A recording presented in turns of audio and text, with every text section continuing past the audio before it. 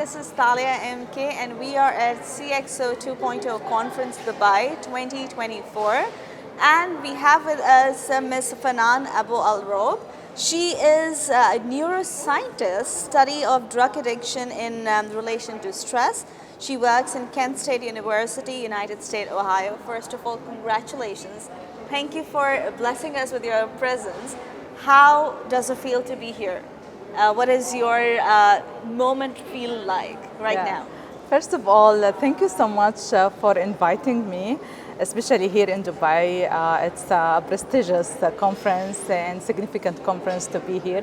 It's an honor for me actually to be here in Dubai. Thank you so much. So why did you choose to focus on addiction when it comes to stress? Yeah, actually addiction is a major health crisis leading to over 100,000 deaths last year.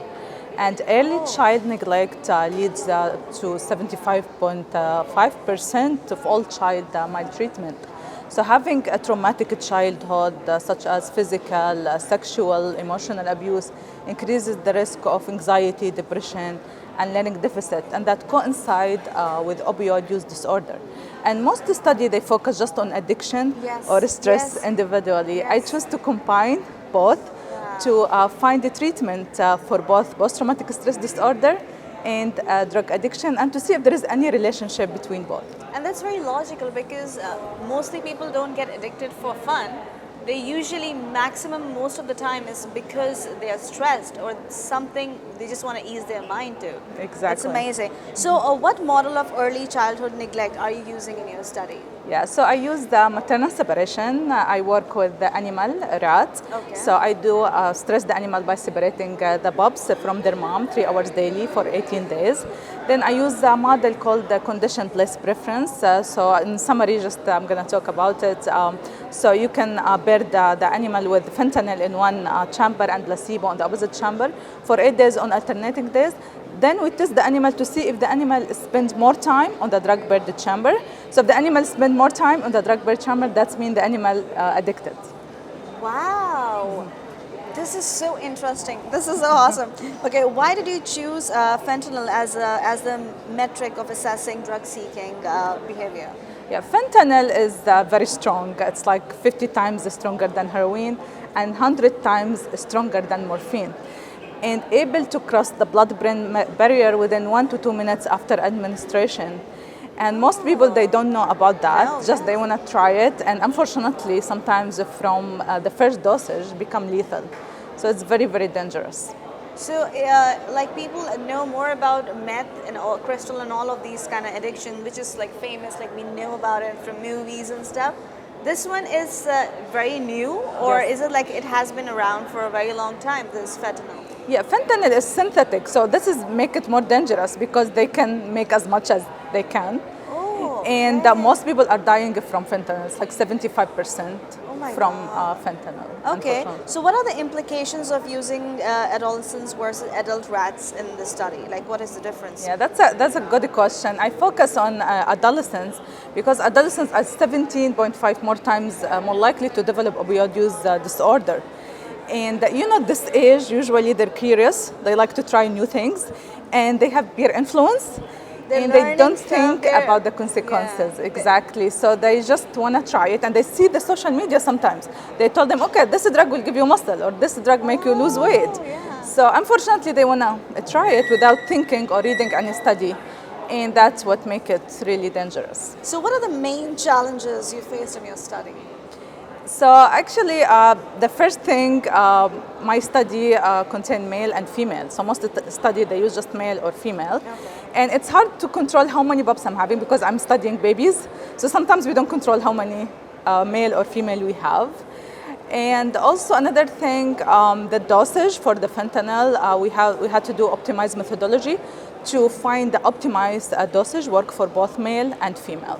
So do you think that when it comes to male and female gender, as per the percentage, do you think that women are more likely to be stressed and get addicted, or men, as per the studies? Yeah, that's a good question. So I found out from my study that both male and female were stressed, the corticosterone level were high, but female were more resilient to stress compared to a male. So male, they develop more addiction. They're more vulnerable to addiction. They spend more time on the drug by chambers, especially the maternal separation male. The female were more resilient. So that's why we found there is 6 differences between male and yeah, female. it's kind of famous. Women are emotional and they stress out a lot. Yeah. But that's the study, that's exactly what I would assume, that women would be more highly addicted to a drug like that. But Yes. that's really nice to know. But what do you think? I'm sorry, I have a lot of questions, but I'm so curious right now. It's Thank just you. But the study like this has to be challenged a lot.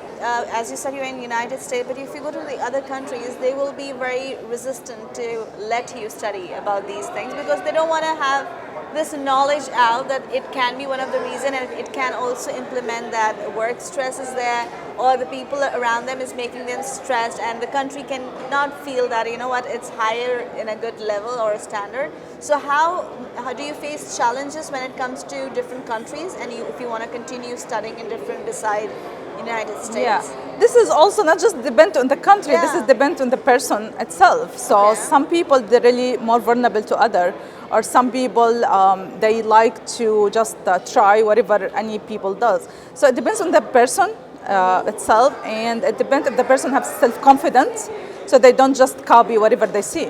Okay, but So do you this think is very that the important. environmental stress, or for example, some countries have better work, labor laws, or from here, from there. So do you think that also implement when it comes to stress? Yeah, it's like also war, right? Like when we talk about post-traumatic Yes, stress yes, disorder, yes. unfortunately there is some country they have war. Okay. And this is really affect the kid. That's why it's very, very important to seek support or help these kids having war, or take them to different country. Okay. So you mainly focus when to kids or adolescents, or do you also like to study about the adults? Yeah, so I stress the animal when they become pups, but it's like early child neglect. But also it's important to look at adolescents and adults. So after I look at adolescents age, I looked also into adults. So for male, actually, the effect persistent through adulthood age. So imagine like the stress were in kids, and it's The stress persist with with them. work and life and responsibilities. Exactly. It's like chronic stress. So we always talk about acute versus chronic stress. So acute stress is good. Sometimes, like when you're stressed about exam, you just for a moment, and then you will do good. You will study. You will do good thing. But the chronic stress, unfortunately, goes with you like long time and affect your organs, kidney, and body. What are the main challenges you face in your study?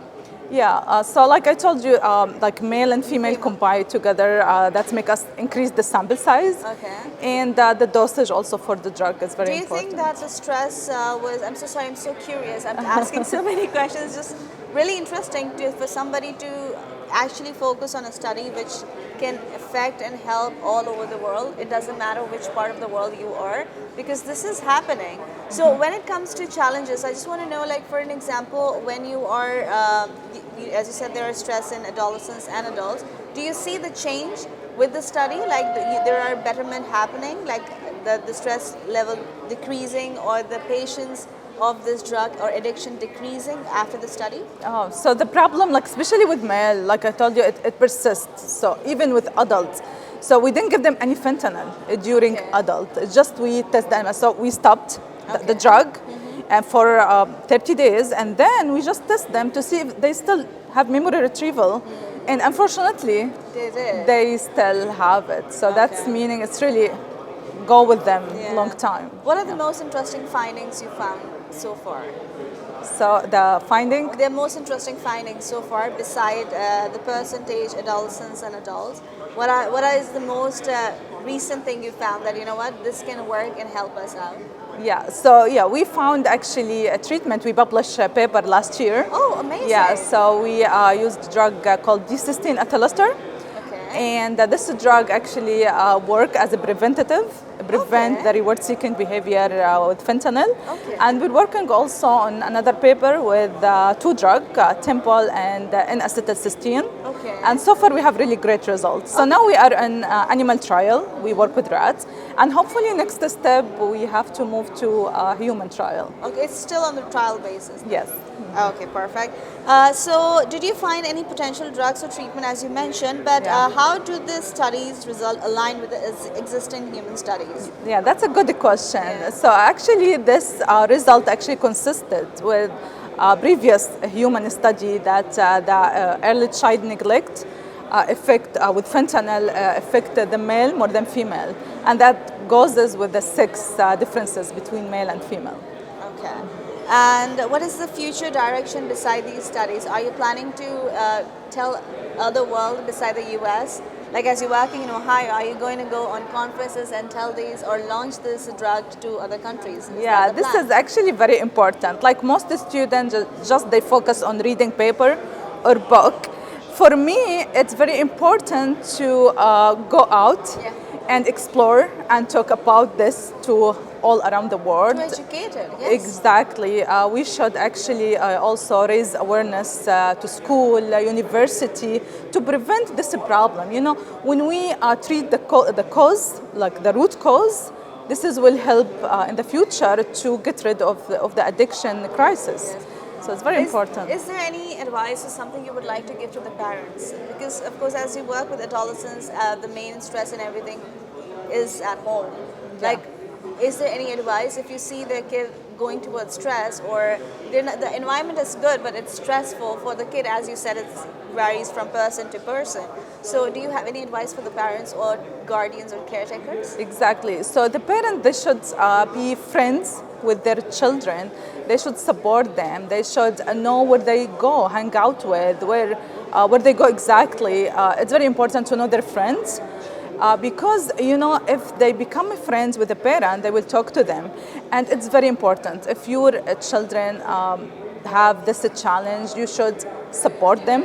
You should seek professional help, and please, like, don't, like, I hear some story they kick out the Yes, children yes, from the yes. house, they hit them.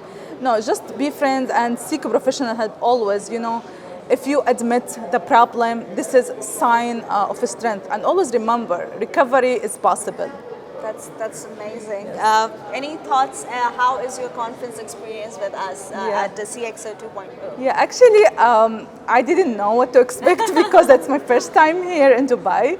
But actually, it's amazing. I'm so amazed to meet all these brilliant minds from not just medical. There is the marketing business. Yes. It's nice to have this collaboration. Yes. And I recommend all the people to come here. Thank And you. there is one in Las Vegas in March, which Yes. is really amazing. I thank all the organizer here. It's really amazing. I'm so amazed about it. Thank you so much. Yeah. So, if anybody wants to reach out for you for your studies, any country or the companies want to reach out, how can they have your advice or suggestions? Yeah, so I have LinkedIn, can, my you can. name, yeah, Fanan Aboalrob, LinkedIn and Instagram. My university, Kansas State University, Ohio, United States. And also I would like to thank all the people support me, my advisor, Dr. Mueller, my committee, Dr. Johnson, he helped me with my experiment, with my project, Dr. Piet, Safadi, Dr. Takashita, she helped me with Eliza. And all the people support me, our chair, Heather Caldwell, my friends. I would like to thank everyone. Thank you so much. Help me with this journey. Thank you so much for educating us and educating me. And Thank I think you. it's a very, very important. We are growing up. We are inventing new things, but the core problem and things remain the same. We all are human. We all Yeah. face stress, and some person feels stress over work. Some people face stress when it comes to family. But the addiction always becomes a part of it, and that's very brave of you, that's very inventive of you, that's very helpful of you to just selflessly work in such matter which gonna help the entire world. So thank you so much. Thank And if you. you see anybody around you stressed and if you feel you can help, always seek out with patience and kindness, because they might lash out and won't understand, but you have to be helpful as much as you can and be kind. And if you feel that somebody can get that help, and raise your voice for it and be persistent, and do not take their resistance as something flaw or wrong.